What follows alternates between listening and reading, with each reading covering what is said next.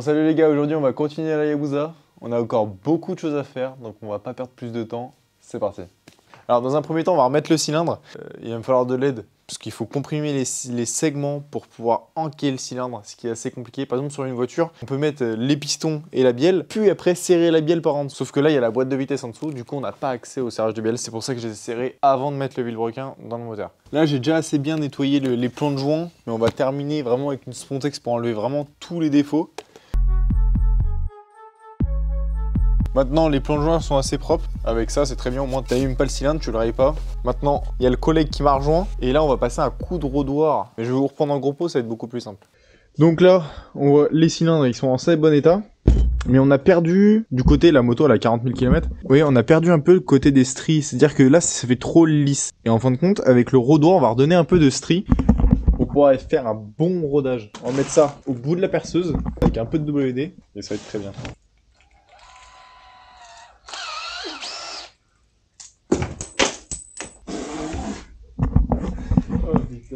C'est Enzo.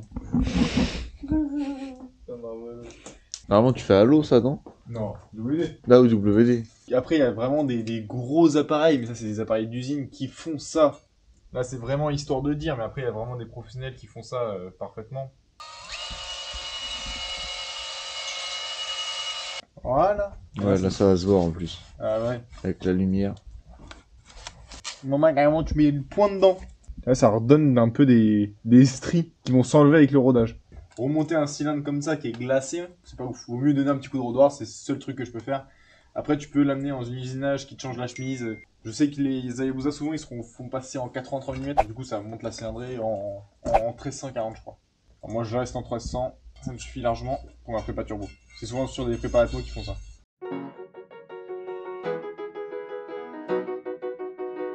En vrai, tu fais ça sur les 4 cylindres. Hein. Et si t'en as 8, bah tu fais ça sur les 8. Là, on va déjà en mettre 4 pour pouvoir un peu guider le cylindre. Ça va déjà nous aider. Parce qu'on va galérer, hein, moi je te préviens.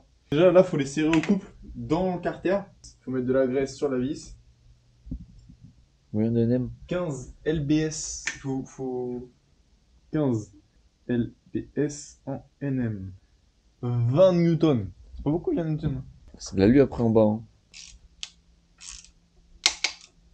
Un peu non. Ah, maman. Ouais. Faut les serrer à du coup 20 newtons dans le carter. Par contre, après, il faut les serrer carrément plus. C'est 60 lbs, donc je crois que ça va être dans les 100 newtons, je pense. Ouais, c'est Ryobi puissance 3. 110. Ouais. On met joint en base. Après le joint en base, on met la cale en base. Alors, vous avez été énormément à me demander aussi. Je sais pas si on me voit bien là. On me voit bien là quand je fais ça? Pas du tout. Pas du tout. Et je continue ça là. Voilà. Bon, là, on vous a été énormément à demander aussi, la dernière fois, à quoi ça sert de décomprimer le bloc. Parce que j'arrêtais pas de dire, ouais, on décomprime avec les pistons, on décomprime avec les cales, tout ça. Ça sert à pouvoir gonfler. En gros, ça sert à pouvoir mettre de la pression de turbo. La pression, du coup, dans la chambre de combustion, elle va pas se faire que avec la pression atmosphérique. Il y a le turbo qui va suralimenter le bloc, en fait. Il va suralimenter la pression du bloc. Ça va être une pression artificielle, en fait. Ça va être la pression du turbo. Et du coup, bah, il faut décomprimer le bloc, sinon il y aura trop de compression dans la chambre de compression. Et le moteur va casser, tout simplement. Donc là, il faut encore décomprimer. Et c'est pour ça que je ne comprends pas pourquoi le CBR ne casse pas. Parce que le CBR, lui, n'est pas décomprimé. Et quand tu mets un bar 5 dans quelque chose qui n'est pas décomprimé, normalement, ça casse. Il faut faire le tierçage. Donc, ah oui, c'est vrai. Il y en a qui disent que ça sert à rien. Mais on le fait quand même. Parce que c'est vrai qu'en vrai, c'est vrai que ça bouge. En vrai, c'est vrai que les pistons, les segments, ils bougent quand tu roules. Mais au moins faire à peu près que ça tombe pas tous en face, quoi. Je sens qu'on va se manger la bite. Et gros, on pète un segment, c'est 2 mois d'attente. Hein. On va rien péter. Mais moi, je te demande un truc. Ouais. Faut pas s'énerver. Ah, mais je peux m'énerver. Putain, ça me casse les couilles. Je mets de la graisse magique. C'est la graisse d'assemblage. Mais la graisse magique, faut la vidanger. Je t'avais dit ça? Non. Dès que tu la démarres, là, faudra faire une vidange, genre grave rapidement. Bon, tu sais quoi, tu vas me tenir les cylindres. Ah ouais, genre t'es chaud pour comprimer les deux tout seul. Bah vas-y. Et on va se manger la bite, hein. Faut qu'on tienne chacun un côté et un piston. Sinon il faut qu'il comme ça et chacun tous les deux. Faut qu'il mine sur le cylindre. Ouais. Elle était à sa place. Elle était en train de faire la cuisine. Elle faisait à manger ou le ménage? Carrément.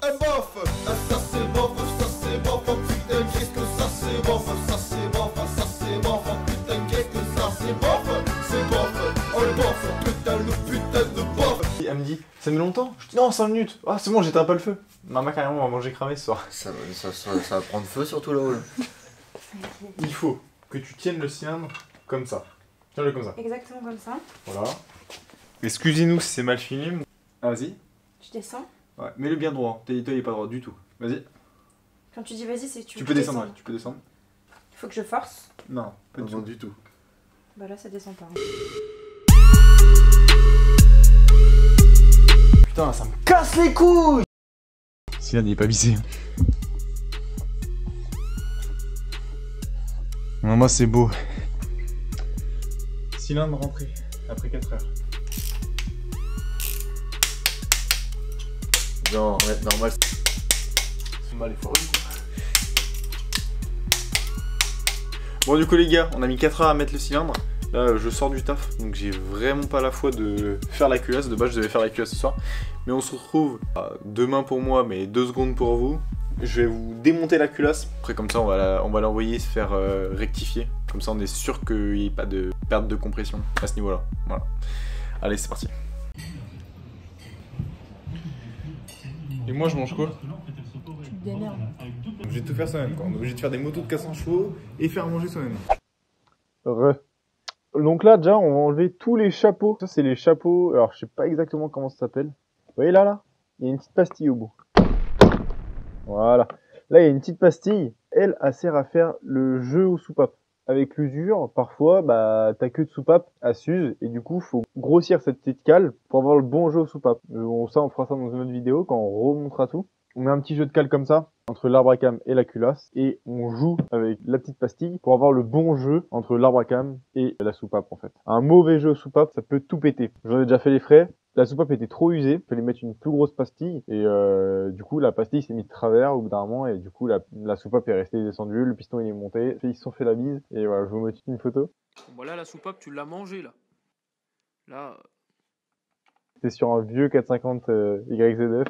Là, ce que je vais faire, du coup, je vais tous les enlever, hop, et les mettre dans le bon ordre. Dans tous les cas, il faudra refaire le pastillage, ça s'appelle, pour être sûr d'avoir le bon jeu. Mais je préfère garder les chapeaux qui sont à l'emplacement d'origine. Ces chapeaux-là se sont rodés à cet emplacement de la culasse. Vaut mieux les laisser au même endroit. On va pas chercher la merde. Maintenant qu'on a enlevé tous les chapeaux dans le bon ordre, on va les laisser là. Vous voyez, là, il y a deux petites encoches en fait qui viennent bloquer la soupape, je vais vous montrer. Donc il y a 2 façons de les enlever. Soit on les enlève avec l'outil, il y a une petite technique, ça va beaucoup plus vite, je vais vous montrer. Bon, il y en a beaucoup qui la connaissent, hein. C'est une technique assez répandue dans le milieu. Là, tu mets un petit chiffon comme ça, je peux pas tout vous montrer parce que là ça galère de filmer. Voilà, pute! Putain, normalement ça sort tout seul. Ah ouais, bah là, et ma main carrément, ils sont coincés, ils sont là depuis 2000. Ils sont là depuis 20 ans, on va dire, ils sont bien. Donc je vais vous montrer la deuxième méthode. C'est pas le bon outil. Et putain, c'est pas cette mallette. Et bah si. On a besoin de cet outil. Cet outil, tu le trouves à 20 balles sur Amazon. Je crois que c'est du 25 mm. Exactly. L'autre méthode était beaucoup plus simple. Il y en a qui arrivent même à les remettre avec cette méthode-là que j'ai fait que j'ai pas réussi. Oh, les soupapes, ils sont vraiment pas belles. Hein. Bon, déjà, ce qui est bien, c'est que j'ai pas de fissure. Ça, j'ai déjà regardé ça. Faut faire attention de pas niquer les rebords. Donc là, tu te prends sur le bas de la soupape, tu te prends sur le haut de la soupape, et là, maintenant, tu serres. Ça va donner que la petite demi-lune, là, que tu vois là, et bah, ils vont sortir. Hop. Et là, tu peux les attraper avec ça. On va trouver un petit bac pour le mettre dedans. Et de une, il en manque environ 5000. Et là, tu desserres tout doucement. Parce que crois-moi, on a passé du temps à rechercher les demi-lunes qu'on a perdues dans le garage. Et voilà, la deuxième. On va tout mettre ça là-dedans.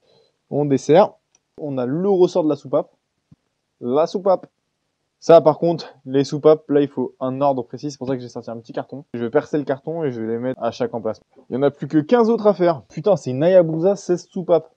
Waouh. Donc, c'est la première intake. Comme ça, on a un petit carton là. Exhaust, intake.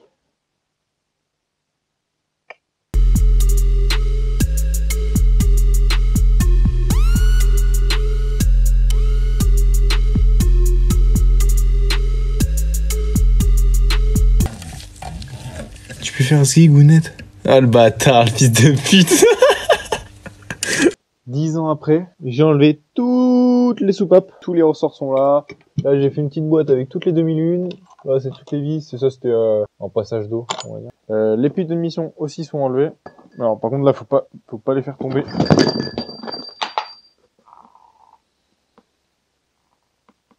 J'ai vu laquelle était laquelle. Je les ai vues. Ça j'en ai marre. Bon, je suis pas très sûr entre celle-ci et celle-ci, mais c'est pas grave. Dans tous les cas, après, on repassera un coup de rodage et on verra si c'est bien étanche. Alors, j'ai un autre appareil. Hop. T'as pas besoin de l'appareil exprès. Tu peux le faire ça avec une petite pince à bec. Là, les petites jointes queue de soupape, là. Hop, tu les chopes. Attends, je vais tous les enlever. Mon appareil est trop gros. Et déjà, je suis fatigué. Et en plus, tu me casses les couilles.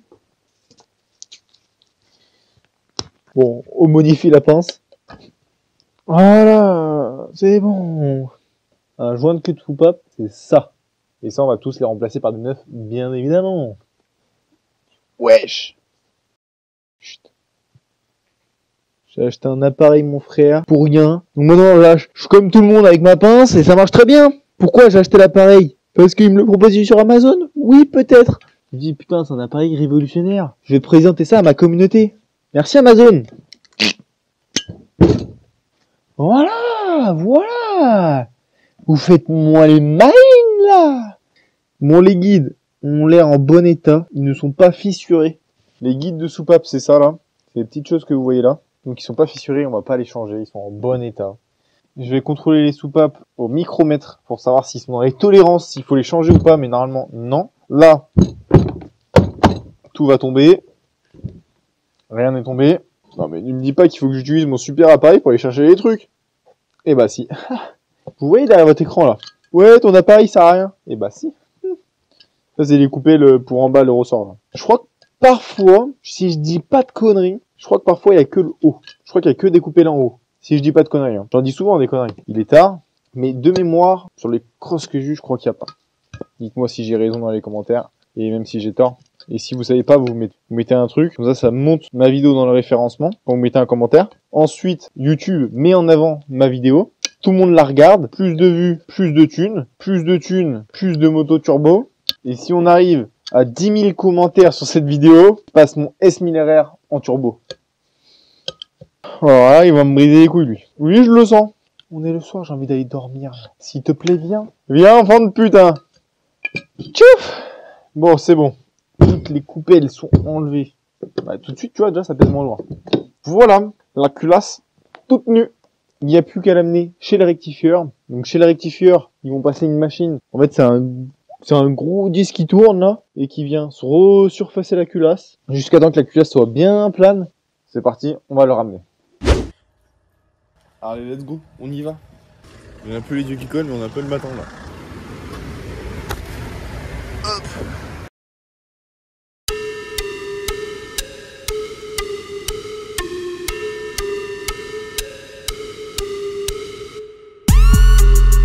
Bon c'est bon les gars, du coup on a récupéré la culasse donc, qui est bien surfacée. Par contre je suis pas très content, normalement je vais ailleurs, mais ailleurs ils ont fermé. En ce moment c'est assez compliqué de trouver des personnes qui font encore ça. Mais bon, il a resurfacé, mais il m'a pas dit de combien il a resurfacé. La culasse elle est dégueulasse. Quand je l'emmenais avant, je payais déjà moins cher. Et en plus, récupérer la culasse c'est nickel, il la mettait dans un bac à ultrasons, ça la nettoyait nickel. Bon bref, pas pour me plaindre. En tout cas, la surface a été faite. Apparemment, il n'a pas marqué de combien il a resurfacé parce que c'était vraiment minime. Donc apparemment, la culasse était en très bon état. Donc on va remonter un joint de culasse normal. Puis voilà, j'avais acheté 2 joints de culasse justement pour pouvoir dérifter un des joints de culasse et pouvoir récupérer une des lamelles du joint de culasse pour grossir mon joint de culasse. Bref, pour rectifier la rectification. Voilà. La prochaine fois qu'on se voit, samedi prochain les gars, on termine d'assembler le moteur. Donc samedi prochain, si vous n'êtes pas abonné, abonnez-vous pour ne pas louper ça. On va terminer le remontage du moteur. Ensuite, après on va s'attaquer au cadre, puis ce sera le faisceau, le passage au banc et 400 sur l'autoroute. Je déconne. Bon ciao les gars, à plus, à la prochaine vidéo. Coupé.